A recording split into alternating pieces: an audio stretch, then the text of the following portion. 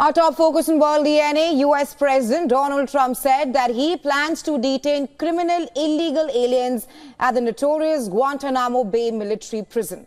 Now, Trump made the announcement as he signed a bill allowing the pre-trial detention of undocumented migrants charged with theft and violent crime.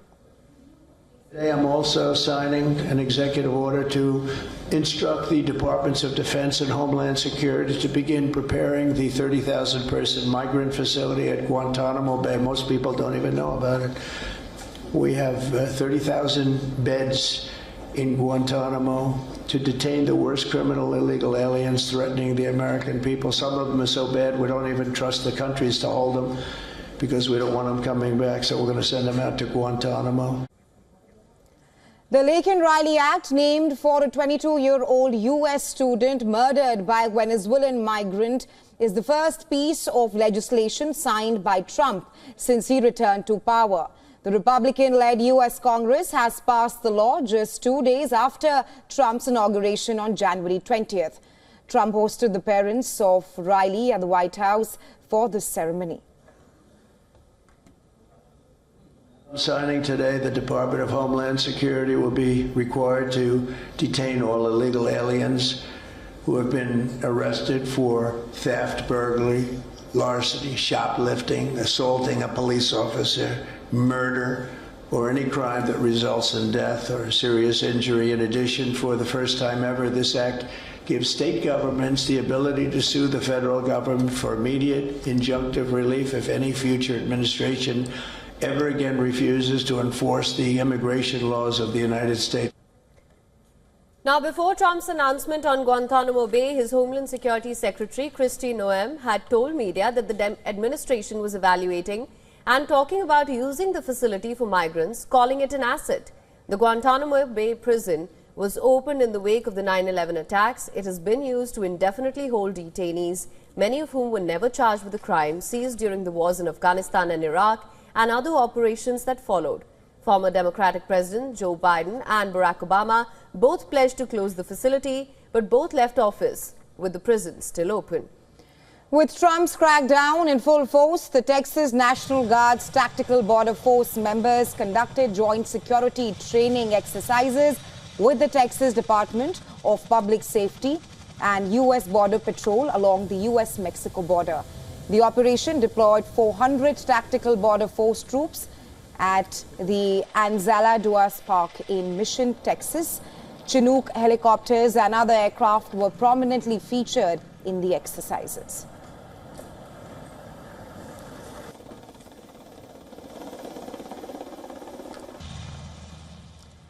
And well, for more on this, we are now being joined by Richie Greenberg from San Francisco. He is a political commentator and former mayor contestant for San Francisco. Welcome to World DNA, Mr. Greenberg. Thank you for having me.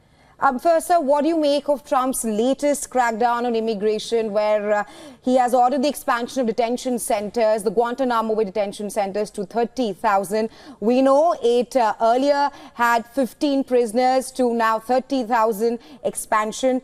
The Guantanamo Bay is also known for its human rights violations. So your assessment of his latest crackdown? Yes, well, it's important to differentiate between the two different types of aliens, illegal aliens, as they're now calling those individuals that have entered or are staying in U.S. territory without permission. We've been seeing over the past week to 10 days that there's been very active deportation flights that the government has been operating to remove those who have been already detained in various cities with ICE, the Immigration Customs Enforcement agents, along in some cities, assisted by local police or state police to take these individuals and return them back to their home countries, such as in Mexico, Ecuador, and elsewhere.